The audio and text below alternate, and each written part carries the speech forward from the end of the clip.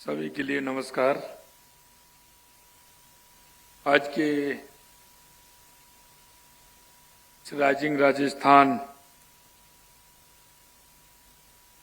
Tourism pre summit के इस कार्यक्रम में मंच पर विराजमान कैबिनेट में हमारे उप मुख्यमंत्री और पर्यटन मंत्री श्री दिया कुमारी जी, पूर्व अध्यक्ष फिक्की एवं CMD the Lalit, doctor Jyotsna Suri ji, chairperson FICCI Shri Deepak Deva ji, director बिजकॉफ ग्रुप मुंबई श्री सब्बा जोसेफ जी,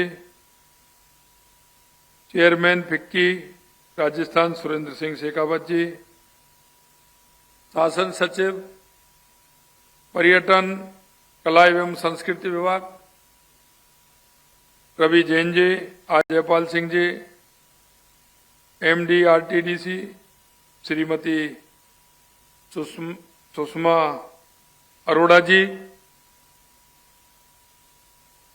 मेरे सामने बैठे सभी पर्यटन एवं टूरिज्म से जुड़े सभी मेरे भाई और बहनों, मैं इस कार्यक्रम में आने पर आप सभी भाई बहनों का बहुत बहुत स्वागत और अभिनंदन करता हूं, आपका वंदन करता हूं।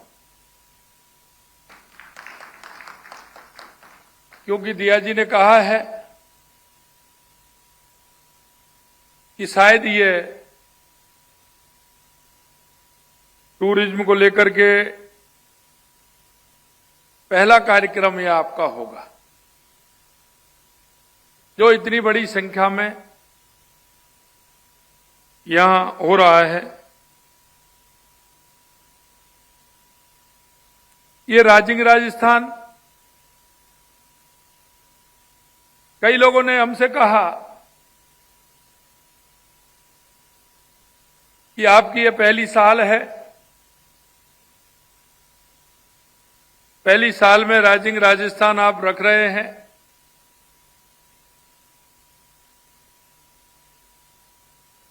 कैसे हो पाएगा, समय कम है, लोगों के समय 3-3, 4-4, 5-5 महीने पहले, 6 महीने पहले बुक हो जाते हैं। हमने कहा ये राजस्थान की धरती है, ये शक्ति और भक्ति की धरती है, ये समर्पण की धरती है। अगर इरादे नेक होंगे, अगर कार्यक्रम तय भी हो गए होंगे तो वो कैंसिल होंगे, लेकिन राइजिंग राजस्थान दिसंबर में ही होगा। और हम समझते हैं कि हमारी ये दृढ़ इच्छा शक्ति, इसको बनाने वाला और इसको करवाने वाला कहीं ना कहीं उस ऊपर वाले की मेहरबानी है। और आप देख रहे हो कि लगातार आपने देखा होगा, क्योंकि जैसे ही हमारी सरकार बनी, हमें कई कामों को लेकर के बड़ी चिंता थी। क्योंकि जब हमारी सरकार आई तो हमने देखा कि हमारे राजस्थान की नींव मजबूत कैसे हो सकती है, ऐसी क्या आवश्यकता है जो हमें सबसे पहले करनी है। हमें लगा कि हमारे राजस्थान में दो बातों की आवश्यकता सबसे पहले है, और वो आवश्यकता है कि हम विकसित राजस्थान बनाने के लिए, समृद्ध राजस्थान बनाने के लिए, मजबूत राजस्थान बनाने के लिए, राजस्थान को आगे बढ़ाने के लिए सबसे पहले आवश्यकता होती है तो पानी की होती है, और दूसरे नंबर आवश्यकता होती है तो बिजली की होती है, और तीसरे नंबर आवश्यकता होती है तो रोड कनेक्टिविटी की होती है। हमने हमारी सरकार आते ही सबसे पहले इन्हीं 3 विषयों को लिया। और मित्रों, आपने देखा होगा कि सबसे पहले हमारा जो हमारी ईआरसीपी की योजना है वो पर्यटन को भी बढ़ावा देगी, उद्योग को भी बढ़ावा देगी, कृषि को भी बढ़ावा देने का काम करेगी, पीने के पानी की भी व्यवस्था होगी। तो हमने सबसे पहले पानी के लिए व्यवस्था की, तो ईआरसीपी को लेकर के आए, उस पर हमारा एमओयू हुआ। फिर हमने देखा कि ये हमारी योजना है, ये राजस्थान के पुराने जो 13 जिले हैं उनके लिए है, नए जिले उसमें कुछ बड़े हैं, लेकिन हमने कहा इससे काम नहीं चलेगा। तो हमने हमारे शेखावाटी के लिए यमुना जल समझौता किया। और मैं धन्यवाद देना चाहता हूं हरियाणा की सरकार को कि आज उन्होंने हरियाणा जल समझौते पर मोहर लगा दी, और वो भी जल्दी होने वाला है। ये सारी बात मैं आपसे इसलिए कहना चाहता हूं, जब मैंने ये विषय विधानसभा के अंदर रखा था तो मेरे कांग्रेस के मित्र कह रहे थे, क्योंकि उन्होंने कभी यमुना जल पर बात नहीं की थी, और विडंबना इस बात की थी मुझे कि सबसे ज्यादा राजस्थान में, केंद्र में, हरियाणा में अब सबसे ज्यादा अगर किसी का राज रहा तो वो कांग्रेस सरकार का रहा था। मैंने कहा था उनसे, आपने पानी के लिए एक पत्र भी नहीं लिखा, लेकिन उन्होंने कहा हमने लिखा। लेकिन मैं कहना चाहता हूं मेरे भाई और बहनों, अभी कांग्रेस ने वहां हरियाणा में चुनाव लड़ा है, हमारा एमओयू हो गया, उन्होंने अपने घोषणा पत्र में डाल दिया कि राजस्थान और हरियाणा के बीच में समझौता हुआ है, अगर हमारी कांग्रेस सरकार आती है तो हम उसको रद्द करेंगे। मैंने हरियाणा में जाकर के कहा कि आपने जो अपने घोषणा पत्र में डाला है ये किसी भी कीमत पर पूरा नहीं होगा, क्योंकि हम दृढ़ इच्छा शक्ति से काम करने वाले हैं, ऊपर वाले को मानते हैं। आज उन्होंने हमारी मान ली, आने वाले समय में हरियाणा से हमारे उन 3 जिलों को पानी मिलेगा। किसके बारे में सोचते हैं आप? क्या सोचते हैं आप? आपका विजन क्या है?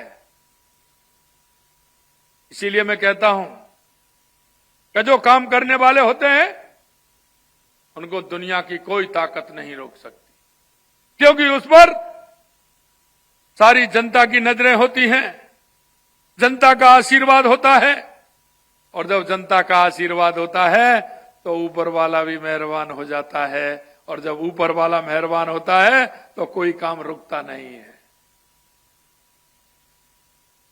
क्योंकि मैं आज ही इसलिए कहना चाहता हूं कि उन्होंने कहा, और मैं जो हरियाणा में जब चुनाव में गया था तो मैं यही कह करके आया था, और मेरी उस ऊपर वाले ने, बंसी वाले ने बात सुनी और उसने कह दिया चिंता मत करिए, राजस्थान को पूरा पानी मिलेगा। यह बातें मैं इसलिए कहना चाहता हूं कि हमारे राजस्थान में अपार संभावना है, और उन अपार संभावनाओं के माध्यम से हमारा हर क्षेत्र में, हमारा राजस्थान, क्योंकि क्षेत्रफल की दृष्टि में हमारा राजस्थान देश में सबसे बड़ा है।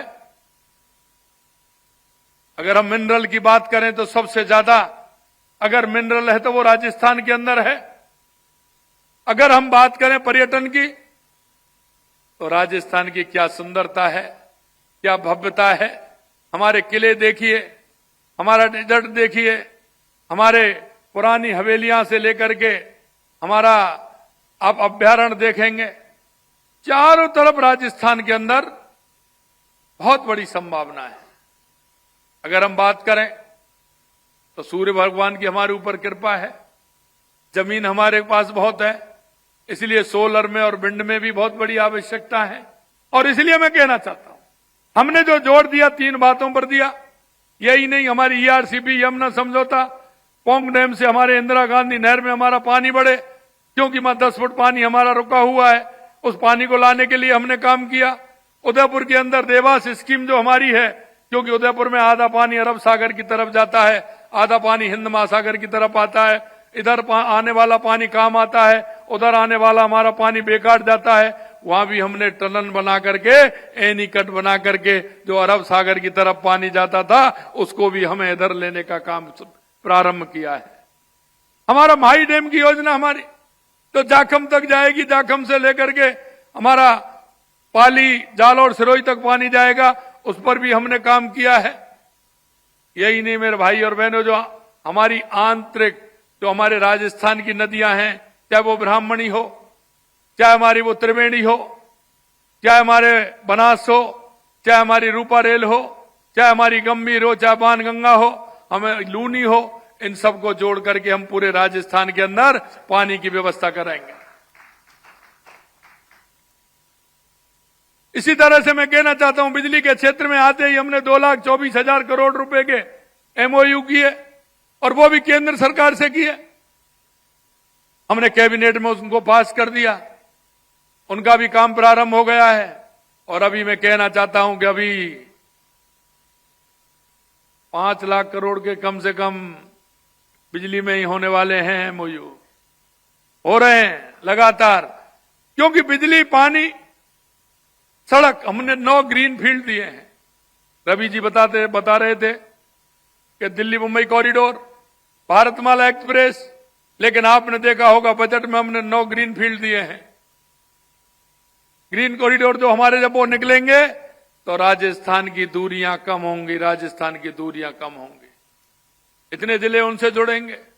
मैं आपसे कहना चाहता हूं, क्योंकि आप पर्यटन के क्षेत्र में काम करते हैं, और जैसा मैंने कहा है, राजस्थान एक विश्व प्रसिद्ध पर्यटन केंद्र है, और आगे और भी बनने वाला है, आगे और भी बनने वाला है।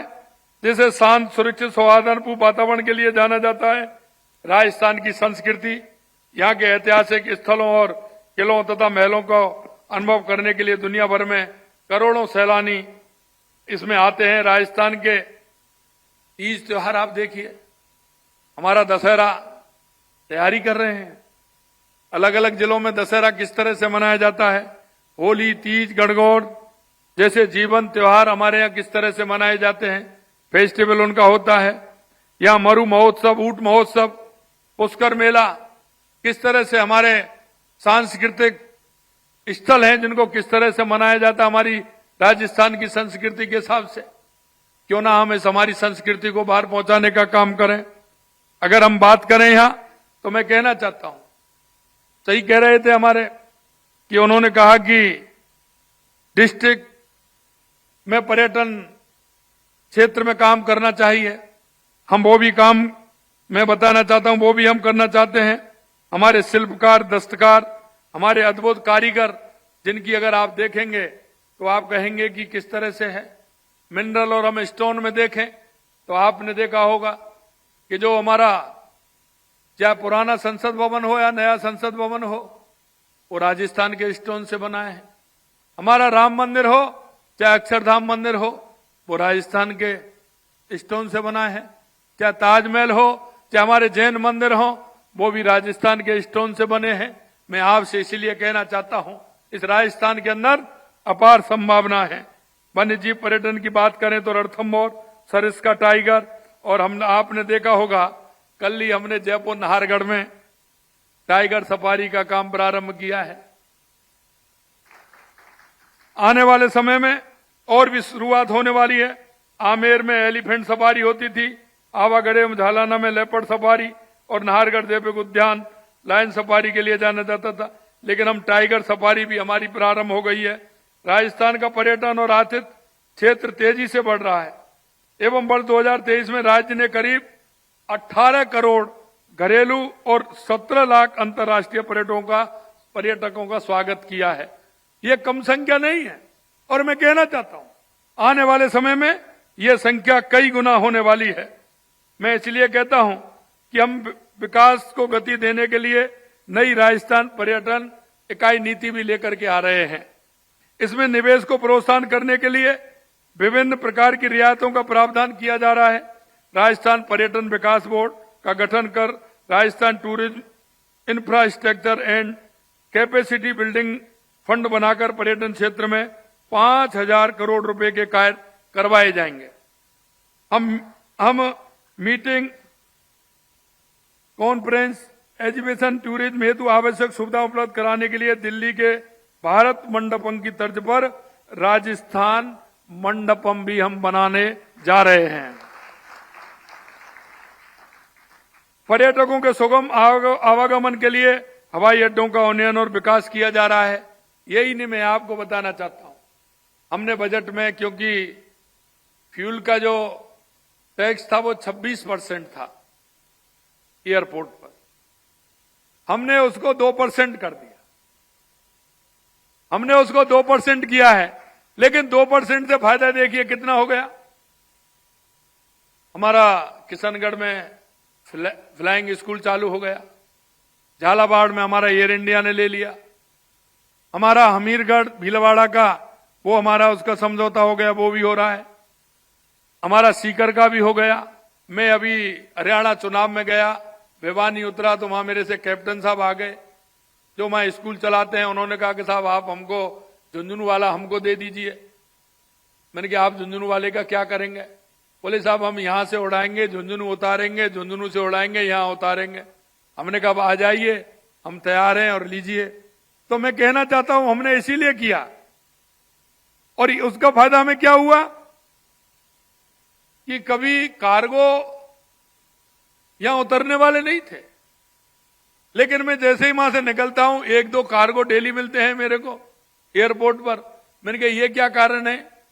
पर ये कारण ये है कि आपने 2% कर दिया, वो तेल भी यहीं लेते हैं और पार्किंग भी यहीं करते हैं। उनका यहीं नहीं होता है। उन्होंने कहा मेरे से उदयपुर में भी संख्या बढ़ गई, जोधपुर में भी संख्या बढ़ गई उतरने वाले की, क्यों वो देखते हैं फ्यूल सस्ता कहां मिलेगा। बोले राजस्थान से सस्ता पूरे देश में कहीं नहीं है, इसलिए वो भी राजस्थान आ रहे हैं और वो भी फ्यूल लेकर के जाते हैं। ये भी मैं आपको बताना चाहता हूं। हमने स्टेट टर्मिनल के निर्माण के लिए भी, इसके साथ ही इसकी क्षमता बढ़ाने के लिए काम किया है, क्योंकि हवाई अड्डे पर नए स्टेट टर्मिनल का निर्माण भी हम करा रहे हैं। रिप्सम 2024 में स्टैंडर्ड सर्विसेज पैकेज के तहत जेटिव हेतु पर्यटन के लिए निवेश की न्यूनतम सीमा 50 करोड़ से घटा करके हमने 10 करोड़ कर दी है। ऐसे अनेक प्रयासों के माध्यम से हम राजस्थान को एक विश्व स्तरीय पर्यटन स्थल भी बनाना चाहते हैं। जैसा कि कहा, हम एक जिला एक पर्यटन स्थल विकसित करने के लिए काम कर रहे हैं, और इसके लिए हम एक ये भी कर रहे हैं, एक जिला एक उत्पादन योजना के माध्यम से भी प्रत्येक जिले में हम 1 डिस्ट्रिक्ट 1 प्रोडक्ट भी हम लेकर के आ रहे हैं। और हमने ये भी कहा है कि हमारे जितने भी होटल हैं उनमें एक हमारा 1 डिस्ट्रिक्ट 1 प्रोडक्ट का, और हमारी उस पर्यटन के हिसाब से हमारी एक बुक भी बने। वो बुक हमारे हर होटल के कमरे में भी रहे, हमारे पर्यटन स्थलों पर भी रहे, सभी जगह उसका प्रचार प्रसार हो। और आने वाले समय में मैं दिया जी से कहना चाहता हूं कि हमारी एक ट्रेवल एजेंसी, बहुत बड़ी पर्यटन के क्षेत्र में बहुत बड़ी एक ट्रेवल एजेंसी के जो हमारे लोग होते हैं बहुत सहायक होते हैं। एक ट्रेवल एजेंसी का भी एक इसी तरह से सेमिनार हो, देश भर की जितने भी ट्रेवल एजेंसी हैं उनको भी आमंत्रित किया जाए, उनको भी बुलाया जाए, उनके साथ भी बैठना हो तो अच्छा रहेगा। हमारे गाइड हैं, उन गाइडों के साथ भी बैठना होगा, क्योंकि आप देखिए, क्योंकि मूर्ति को तो पुजारी ही पुजाता है ना, पुजाता है कि नहीं पुजाता है बताइए। इसीलिए मैं कहना चाहता हूं, आप ऐसे ही मानते हैं गाइड को, लेकिन गाइड हमारे पर्यटन का प्रमुख व्यक्ति होता है। वो उसकी इतनी अच्छाई उसके बारे में जानकारी देता है। तो मैं कहता हूं उनका भी एक ऐसी सेमिनार होनी चाहिए, उनको भी हमें बुलाना चाहिए, उनके साथ भी हमें संवाद करना चाहिए। हम क्योंकि उनसे संवाद करेंगे, वो कहने वाले जो हैं गाइड हैं, वो आगे आने वाले समय में एक बार तो चले जाएंगे, लेकिन उनके मन में कोई ना कोई ऐसी बात डाल देंगे राजस्थान के बारे में, तो उनके मन में यह कल्पना होगी कि जो 3 दिन रुकने वाला है वो 5 दिन रुकेगा, और 5 दिन रुकेगा तो हमारा पर्यटन जो आएगा और वो रुकेगा तो हमारा उद्योग भी उसमें बढ़ेगा। मैं आपसे कहना चाहता हूं कि हम पूर्ण रूप से ऐसे उत्पादन होटलों की सुविधा अनुसार सोप उपलब्ध कराएंगे जो 1 डिस्ट्रिक्ट 1 प्रोडक्ट वाले हैं, उनको प्रोत्साहन दिया जाएगा। एक मैं कहना चाहता हूं, प्राकृतिक, आयुर्वेदिक और पंचकर्म जैसी चिकित्सा पद्धति हमेशा से हमारी संस्कृति का हिस्सा रही है और यह स्थान हमारे पास है। और वो मैं इसलिए कहना चाहता हूं, अगर आपको कोई इस तरह के लोग उन्हें बढ़ावा देने के लिए, अगर टूरिज्म क्योंकि इनसे भी बढ़ता है, तो इसके लिए भी आप तैयार रहें। हम इस स्थानों पर, चाहे वो हमारा रणथंभौर हो या हमारा सरिस्का हो, क्योंकि नजदीक है हमारा दिल्ली और गाजियाबाद से, और तो यहाँ हमारा सरिस्का भी है। अगर ज्यादा आप जाना चाहें तो जहाँ वीडिंग है, हमारी उदयपुर की झील है, वहां भी हम जो जगह दे सकते हैं। और यही नहीं, बांसवाड़ा भी है। और मैं एक बात और कहना चाहता हूं कि आने वाले समय में आपने शायद ध्यान नहीं दिया हुआ, वैसे पर्यटकों की नजर बड़ी तेज होती है, वो जानते हैं सारी बातों को कि हम कहां कर सकते हैं। लेकिन हमने भी देखा है, हमारे पास आइलैंड भी हैं, उनका भी हम आपको निकालेंगे, निकाल करके हम देंगे। हमने सर्वे उनकी करा ली है। ऐसे जो काम करने वाले हैं, अच्छे होटल बनाने वाले हैं, उनको ठीक प्रकार से रख रखाव लेने वाले हैं, उनके लिए भी हम आमंत्रित करते हैं। हमारे बांसवाड़ा से लेकर के, बांसवाड़ा में हमारे कम से कम 20-22 आइलैंड ऐसे हैं। 3 आइलैंड तो बहुत बड़े बड़े हैं। इसी तरह से बीसलपुर में है, चंबल में है, कोटा में है। हमारा जो राणा प्रताप सागर है, उसमें 2-3 आइलैंड है।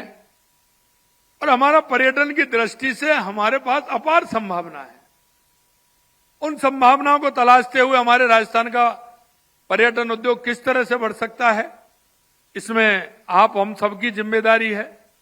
अगर आपको ऐसा लगता है कि यहां भी हो सकता है, वो भी हमें बताइए। मैं जब मुंबई गया था तो उन्होंने कहा कि साहब बताइए हमें क्या करना है। मैंने, आइए आप होटल बनाइए। मैंने उनको स्थान बताए। थाल चापर हमारा बहुत ही अच्छा प्रसिद्ध है, वहां सालासर बालाजी भी है, खाटू बाबा भी है हमारे। मैंने कहा आइए, वहां आवश्यकता है, 5 स्टार होटल बनाइए, आपकी कहीं कोई दिक्कत नहीं आएगी। सरिस्का में आइए, 5 स्टार होटल बनाइए। रणथंभौर में आइए, 5 स्टार होटल बनाइए। हमारे जैसलमेर में खुड़ी में आइए, 5 स्टार होटल बनाइए। क्या हमारा बिल्कुल ऐसा रेगिस्तान है वहां, खुड़ी के अंदर आइए, बहुत अच्छा डेजर्ट जिसकी आप कल्पना नहीं कर सकते, इस तरह का है। मैंने देखा सम तो कुछ नहीं है उसके आगे, जिस तरह से खुड़ी में है। और मैं इसलिए कह रहा हूं कि वहां आने वाले समय में 2-3 महीना में बहुत बड़ा काम होने वाला है। आप तलाश में रहते हैं, इसलिए मैं आपको बता रहा हूं कि आप अपने लाइए ऐसे लोगों को जो वहां आकर के देखें। और अभी तो आपने दिया जी ने कहा कि हम सारी कुछ चीजें दे रहे हैं, लेकिन ये पूर्ण समय के लिए नहीं है, ये कुछ समय के लिए है। उनको हम देंगे, इसलिए हम आप सभी को आमंत्रित करना चाहते हैं। आपने कहा वेडिंग टूरिज्म में हमारा राजस्थान पहले नंबर पर है। मैं कोरिया के अंदर गया था तो वहां इसकी चर्चा हो रही थी। मैंने कहा आप इस साल करेंगे तो आपको बहुत बड़ा फायदा करेंगे, आप आइए। तो इस साल उन्होंने कोशिश की, उनको कोई स्थान नहीं मिला। अब आप देखिए, मैंने उदयपुर में उनसे कहा, मैंने कि पूछ करके बताइए ये करना चाहते हैं। कोरिया गए हम तो उन्होंने कहा साहब हमें स्थान नहीं मिला। वास्तविकता यह है कि उदयपुर के अंदर, पुष्कर के अंदर, वहां 2-2, 3-3 साल की बुकिंग है, वहां कोई खाली ही नहीं है। इसलिए मैं कहना चाहता हूं कि वहां ये हमारा अच्छा पर्यटन स्थल भी है, टूरिज्म भी है, उससे बढ़ेगा। वहां भी आप स्थान देखिए। अगर आप स्थान देखेंगे तो निश्चित रूप से सरकार आपकी पूरी मदद करेगी। मैं कहना चाहता हूं फिल्म शूटिंग, मेरे पास वो कह रहे थे, मेरे पास फिल्म शूटिंग वाले आए, वो कह रहे थे हम 15 साल से हैं। मैं, सबसे बड़ी बात यह है कि मैं राजस्थान का रहने वाला हूं, मैं शूटिंग रेंज बनाना चाहता हूं। मैं कई बार आ गया, मेरे को जगह नहीं मिली। मैंने कहा तुम लगाना चाहते हो या वैसे ही कहने आते हो? नहीं नहीं साहब, मैं लगाना चाहता हूं। तो वो मेरे पास 1 बजे आए थे। उसी दिन हमारी कैबिनेट की मीटिंग थी। मेरे पास आए, मैंने सभी अधिकारियों को लगाया। मैंने कहाँ लगाना चाहते हो? जयपुर में लगाना चाहते हैं। मैंने इनको जगह दिखाई है। 4 घंटे में वो सभी जगह देख करके मेरे पास आ गए। मैंने कहा जगह पसंद आ गई सब। आते ही उन्होंने कहा मेरे को जगह पसंद आ गई, आप मेरे को दे दो। मैं आपको कहना चाहता हूं, वो सालों की बात करते हैं कि सालों से नहीं मिली। हमने कहा साल भी नहीं, महीने भी नहीं। हमने 4 घंटे में उनको जगह दे दी, उन्होंने सुनिश्चित कर दी और उनका काम भी हो गया। क्यों घूम रहे हो आप? आइए, लीजिए, हम तैयार बैठे। मैं आपसे कहना चाहता हूं मेरे भाई और बहनों, ये आप निश्चित मान लीजिए, भले कोई छोटा उद्योग लगाए, 50 करोड़ का लगाए, 100 करोड़ का लगाए, 150 करोड़ का लगाए, लेकिन वो लगाएगा तो 10-20 लोगों को रोजगार भी देगा। रोजगार के अलावा वो सब्जी कहां से खरीदेगा? सब्जी तो सब्जी वाले से ही लेगा, यहीं से। सब्जी लेने बाहर तो नहीं जाएगा। अगर उनकी गाड़ी है तो तेल कहां से लेगा? वो यहीं से लेने वाला है। अगर वो खाना खाएगा तो सामान कहां से लेगा? डेली यूज में आने वाले सामान कहां से खरीदेगा? अगर उसकी गाड़ी पंचर हो जाएगी तो कहां से जुड़वाएगा? टायर अगर खराब हो गया तो कहां से लेगा? ये आप सोचिए कि एक छोटा उद्योग भी आता है, वो हमारे अगर 10 लोग, 20 लोग, 50 लोगों को अगर वो रोजगार देने का काम करेगा तो वो अच्छा करेगा, गलत करेगा? मैं इसलिए कहना चाहता हूं। और मेरे से कहा कई लोगों ने कि साहब आप कि मैं वहां जाऊंगा। मेरे को इसलिए दिक्कत नहीं है मेरे भाई और बहनों, आपके माध्यम से अगर मेरे राजस्थान के 500, 1000, 2000, 5000 लोगों को अगर रोजगार मिलता है तो मेरे को तो कहीं ले चलो, मेरे लोगों को रोजगार मिलना चाहिए। इसलिए मैं कहना चाहता हूं कि हमारे धार्मिक स्थल भी अलग हैं। 25 किलोमीटर पर जाओगे, हमारा एक बहुत सुंदर स्थान मिलेगा। और हमारी सरकार ने भी इसके लिए हमने 300 करोड़ रुपए दिए हैं और खाटू श्याम जी के लिए 100 करोड़ रुपए अलग दिए हैं। वो इसलिए कि हमारा जो धार्मिक सर्किट है, हमारा धार्मिक पर्यटन है, वो भी हमारा बढ़ना चाहिए। इधर चलोगे आप मेहंदीपुर बालाजी, थोड़े से चलोगे तो गिरिराज जी, उससे इधर आओगे घूम करके तो भरतरी महाराज जी, इधर अगर चलोगे तो खाटू श्याम जी, थोड़े से चलोगे तो सालासर जी, और चलोगे तो करणी माता आ जाएंगी। आप देखिए हमारे सालासर बालाजी से लेकर के, हमारे श्रीनाथ जी से लेकर के, सामरिया सेठ जी से लेकर के कितने हमारी माता हैं, कितना हमारा त्रिपुरा सुंदरी, बेणेश्वर धाम, सीता अभ्यारण्य, कितना हमारा पर्यटन है। मैं अभी जन्माष्टमी के दिन गिरिराज जी गया था। उससे पहले एक दिन मैं मध्य प्रदेश हमारे मुख्यमंत्री जी के ERCP के काम के लिए मैं गया। उन्होंने कहा भाई साहब कि कोई नया काम है, नया काम ये होना चाहिए कि हमारे भगवान कृष्ण मथुरा से उज्जैन संदीपन गुरु जी के आश्रम में शिक्षा लेने आए थे। यहां साहब आए थे तो जिस तरह से उत्तर प्रदेश में राम गमन पथ बनाया है, इसी तरह से हम कृष्ण गमन पथ बनाएंगे। उन्होंने कहा भाई साहब ये तो अच्छी बात है, क्योंकि मोहन यादव जी ने कहा कि मैं भी चाहता हूं। मैंने कहा हम भी चाहते हैं। तो कृष्ण जन्माष्टमी के दिन सुबह तो मैं उनकी जन्मस्थली मथुरा गया और शाम को मैं संदीपन गुरु के आश्रम में गया।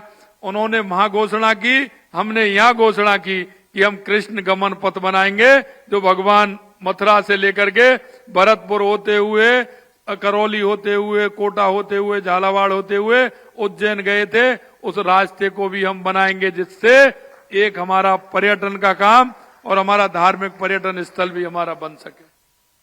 देखिए हमें हमारे राजस्थान को किस तरह से आगे बढ़ाना है, हमें हमेशा उस बात में हमें सोचना पड़ेगा। और इसलिए मैं कहना चाहता हूं, और मैंने जैसा बताया हमारे बहुत ही हैं कि आपने देखा होगा कि कई स्थल तो हमारे ऐसे हैं जिनको हम ठीक प्रकार से अगर उनका हम डेवलपमेंट करेंगे तो हमारे पर्यटक, हर तीसरा पर्यटक वहां आता है। मेरी जो सोच है इतना है कि हम पर्यटक को ज्यादा से ज्यादा राजस्थान में किस तरह पे रोक पाते हैं। जितने दिन हम उसको रोकेंगे उतना ही ज्यादा राजस्थान को फायदा होगा। इसलिए मैं कहना चाहता हूं कि आप सभी इस क्षेत्र से जुड़े हुए हैं, आपके अच्छे सुझाव भी आ सकते हैं, क्योंकि मैं तो सिर्फ पर्यटक ही हूं। जहां मैं जाता हूं वहां दर्शन करके देख करके आ जाता हूं।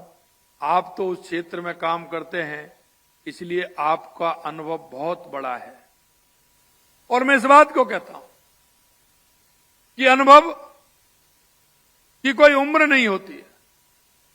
अनुभव जीवन का ऐसा नहीं है कि अंत में तक भी अनुभव आते रहते हैं। और आप उस क्षेत्र में काम करते हैं, इसलिए मैं आप सभी का आह्वान करना चाहता हूं। आप पर्यटन के क्षेत्र में जो काम करते हैं, आपके जो अच्छे अच्छे सुझाव हैं हमारी वेबसाइट पर भी डालिए। हमको ऐसे सुझाव आप हमारे पास पहुंचाइए जिन सुझावों के माध्यम से हम राजस्थान की मजबूती के लिए काम कर सकते हैं। आपके ऐसे सुझाव जो राजस्थान को एक कदम बढ़ाने के लिए उपयोगी हो सकते हैं, क्योंकि हम ये नहीं मानते कि सारी बातें हम ही जानते हैं, कि हम जिस क्षेत्र में हैं वो वही लोग जानते हैं। मैं आपसे कहना चाहता हूं, आपका अनुभव बहुत बड़ा है, आप उस क्षेत्र में काम करते हैं। और जैसा मैंने कहा, हमारे यहां पैलेस और भील आप चला रहे हैं। मैं आपसे कहना चाहता हूं, एक ही क्यों चला रहे हैं, एक दो और बड़ा है ना, क्या दिक्कत आ रही है? हम ऐसा सर्किट बनाएं जो प्रतिदिन का 3 दिन में हमारा सर्किट पूरा घूम करके आए, पूरे राजस्थान को हम दिखाएं, आगे उन प्रदेशों को भी दिखाएं, जिससे वो प्रदेश भी उससे जुड़े। हम ऐसे स्थलों पर ले जाएं, लोगों को लगे कि यहां अगर हम ठीक प्रकार से बनाएंगे तो हमारे पर्यटक भी ज्यादा आएंगे। हम हमारे उन क्षेत्रों में रात को नाइट इन शो होता है, लाइट इन शो होता है, उसको भी हम ठीक प्रकार से करें। लाइट और शो होगा तो उसमें 1 घंटा 1.5 घंटा 2 घंटे उसको लगेंगे। अब जब 2 घंटा आप ले लोगे तो फिर वो कहां जाने वाले हैं, वहीं रुकने वाले हैं कि नहीं है? तो उसको कैसे हम रोक सकते हैं, इस क्षेत्र में हम काम करें। अंत में मैं इतना कहना चाहता हूं आपसे कि हमारे धार्मिक पर्यटकों की दृष्टि से भी कुछ होटल हमारे यहां खुलने वाले हैं, उनको भी आप आगे बढ़ाइए, जिससे कि पर्यटन का राज्य जीडीपी का महत्वपूर्ण योगदान है और हमारी जीडीपी बढ़े, जिससे राजस्थान में एक वातावरण बने और वातावरण बनने के साथ एक अच्छे विकास की जो हमारी धारा है वो भी आगे बढ़ेगी। आप राजस्थान की विकास यात्रा का हिस्सा बनने के लिए विभागीय समिट में पधारे, उसके लिए मैं आप सभी को बहुत बहुत धन्यवाद देता हूं। और मैं कहना चाहता हूं कि 9 से 11 दिसंबर जो हमारा राइजिंग राजस्थान है, उस समिट में आप शामिल होने के लिए आप सभी को आमंत्रित करता हूं, क्योंकि उसमें हमने रखा है 9 तारीख को हमने हमारा समिट है, लेकिन 10 तारीख को जो हमारे प्रवासी राजस्थानी हैं, हमने 10 तारीख को प्रवासी राजस्थानियों को भी रखा है, क्योंकि लोकसभा के चुनाव में मेरे को पूरे देश के प्रमुख राजधानी और प्रमुख शहरों में जाने का अवसर मिला। वहां उन लोगों ने मेरे को कहा कि हम राजस्थान में निवेश करना चाहते हैं, हम किस तरह से करें। मैं आपके माध्यम से भी उन सभी ऐसे लोगों को आमंत्रित करता हूं कि अपने राजस्थान में आएं और हमारी जो कहावत है पधारो हमारे देश, वो आए राजस्थान में, पधारें, आए और अपने हिसाब से वो जितना निवेश करना चाहता है निवेश करें। अंत में एक ही बात मैं कहूंगा कि आपके जो सुझाव हैं उन सुझावों से हमारा राजस्थान लाभान्वित हो। ऐसे सुझाव आपके महत्वपूर्ण हैं, उन सुझावों को भी दीजिएगा और राजस्थान के पर्यटन के क्षेत्र में आप सभी महारथी हैं, राजस्थान को आगे बढ़ाने में आपका सहयोग मिले, इसी आशा और विश्वास के साथ पुनः आप सभी को बहुत बहुत धन्यवाद। जय हिंद, जय भारत, जय राजस्थान।